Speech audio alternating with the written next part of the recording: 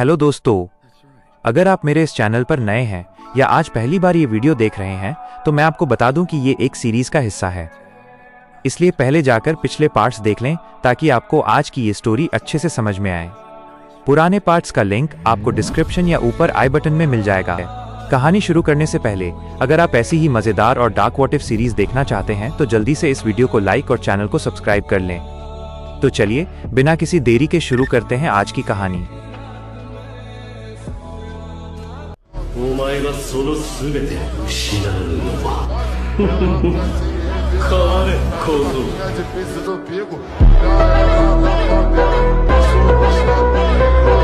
मौत के जंगल में तीसरा दिन था।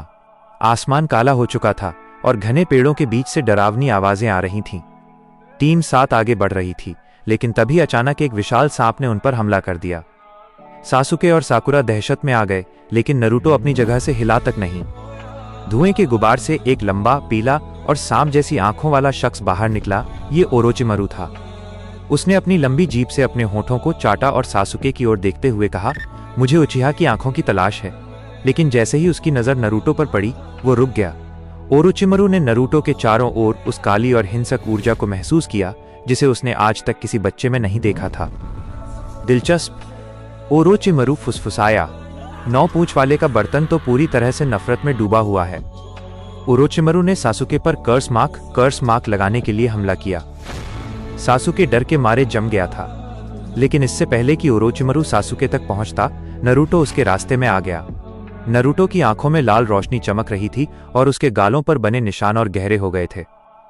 नरूटो और ओरोचिमारू के बीच एक छोटी लेकिन भयानक भिड़ंत हुई। ओरोचिमारू ने नरूटो के पेट पर 5 प्रॉन्ग सील लगाने की कोशिश की ताकि वो कुरामा की शक्ति को रोक सके। लेकिन नरूटो ने ओरोचिमारू का हाथ पकड़ लिया और उसकी आंखों में देखकर बोला, तुम जैसे सपोले मेरी शक्ति को कैद नहीं कर सकते। मैं खुद एक जहर हूं। ओरोचिमारू हैरान रह गया। उसने सासुके को गले पर काट लिया और उसे अपना उपहार कर्स मार्क दे दिया। लेकिन जाने से पहले वो नरूटो के पास झुका और उसके कान में फुसफुसाया, कोनोहा तुम्हें कभी वो नहीं देगा जिसके तुम हकदार हो। अगर तुम्हें वो शक्ति चाहिए जो भगवानों को भी डरा दे तो मेरे पास आना। मैं तुम्हें सिखाऊंगा कि इस दुनिया को राख कैसे करते हैं। ओरोचिमारू गायब हो गया। सासुके दर्द से कराहते हुए गिर पड़ा।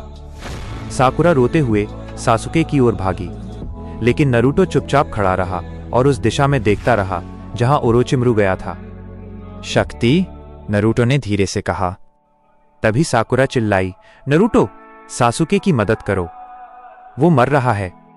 नरूटो ने सासुके की तड़पती हुई हालत को देखा और ठंडे स्वर में कहा, वो अगर इस छोटे से दर्द को नहीं सह सकता तो उसे मर ही जाना चाहिए। मुझे कमजोर साथियों की जरूरत नहीं है। उस रात जब सासुके और साकुरा एक गुफा में सो रहे थे, नरूटो बाहर बारिश में बैठा था। कुरामा की आवाज उसके दिमाग में गूंजी। वो सांप सही कह रहा था। कोनोहा के पास तुम्हारे लिए सिर्फ बेड़ियां हैं। असली आजादी इस गांव के बाहर इसके विनाश में है। नरूटो ने अपनी मुट्ठी में एक पत्थर को चूरा कर दिया और मुस्कुराते हुए कहा, परीक्षा अभी खत्म नहीं हुई है। अभी तो मुझे कोनोहा के सितारों को बुझाना है। मौत के जंगल से निकलने के बाद चुनिन परीक्षा का अगला चरण एक विशाल हॉल में शुरू हुआ। यहाँ सभी बचे हुए निंजा, होकागे और बड़े बड़े उस्तादों के सामने आमने सामने की लड़ाई प्रिलिमिनरी राउंड्स होनी थी। हर कोई घायल और थका हुआ था, लेकिन नरूटो की आंखों में एक अजीब सी ताजगी थी, जैसे वो शिकार के लिए तैयार बैठा हो। मैच की घोषणा हुई। नरूटो उजुमाकी बनाम कीबा इनुजुका। कीबा अपने कुत्ते अकामारू के साथ आत्मविश्वास से मैदान में उतरा। वो हमेशा की तरह चिल्लाया, हे नरूटो, तुम तो क्लास के सबसे बड़े लूजर थे। तुम्हें तो मैं एक चुटकी में हरा दूंगा। ऊपर गैलरी में बैठे गांव वाले और निंजा भी कीबा का उत्साह बढ़ा रहे थे। किसी ने नरूटो के लिए ताली नहीं बजाई। नरूटो मैदान के बीच में हाथ जेब में डालकर खड़ा हो गया। उसने अपना सिर थोड़ा टेढ़ा किया और कीबा की ओर देखकर बोला, तुम बहुत शोर मचाते हो। क्या तुम्हें पता है कि शिकार से पहले शिकारी कभी चिल्लाता नहीं? लड़ाई शुरू हुई। कीबा ने अपनी तेज रफ्तार और मैन बीस्ट क्लोन तकनीक से नरूटो पर हमला किया। उसने नरूटो को कई बार पीछे धकेला, लेकिन नरूटो ने अपना बचाव तक नहीं किया। वो बस वार सहता रहा और मुस्कुराता रहा। कीबा को लगा कि वो जीत रहा है, लेकिन तभी नरूटो ने कीबा का हाथ हवा में ही पकड़ लिया। नरूटो की पकड़ इतनी मजबूत थी कि कीबा की हड्डियां चटकने लगीं। अचानक पूरे हॉल का तापमान जैसे गिर गया। नरूटो के शरीर से निकलने वाली लाल धुंध क्यूबीज चक्रा फर्श पर फैलने लगी। नरूटो ने कीबा के कान में फुसफुसाया, तुमने मुझे लूजर कहा था ना, अब देखो कि एक लूजर तुम्हारी दुनिया कैसे उजाड़ता है। अगले ही पल नरूटो ने शैडो क्लोन का इस्तेमाल किया, लेकिन ये क्लोन कीबा को मारने के लिए नहीं बल्कि उसे पकड़ने के लिए थे। 4 क्लोनों ने कीबा के हाथ पैर पकड़ लिए और उसे जमीन से ऊपर उठा लिया। नरूटो ने अकामारू कुत्ते की तरफ देखा जो अपने मालिक को बचाने के लिए भौंक रहा था। नरूटो ने एक ठंडी नजर डाली और उस छोटे से जानवर को सिर्फ अपने चक्र के दबाव से बेहोश कर दिया। हॉल में सन्नाटा छा गया। होकागे, तीसरे होकागे अपनी कुर्सी से खड़े हो गए। उन्हें एहसास हुआ कि यह कोई सामान्य लड़ाई नहीं है। काकाशी चिल्लाए, नरूटो रुक जाओ, मैच खत्म हो गया है। लेकिन नरूटो ने नहीं सुना। उसने कीबा के चेहरे पर एक के बाद एक कई जोरदार प्रहार किए। वो कीबा को सिर्फ हरा नहीं रहा था, वो उसे तोड़ रहा था। कीबा की चीखें पूरे हॉल में गूंज रही थीं। जब कीबा पूरी तरह लहूलुहान होकर जमीन पर गिर गया, तब नरूटो ने उसके सीने पर अपना पैर रखा।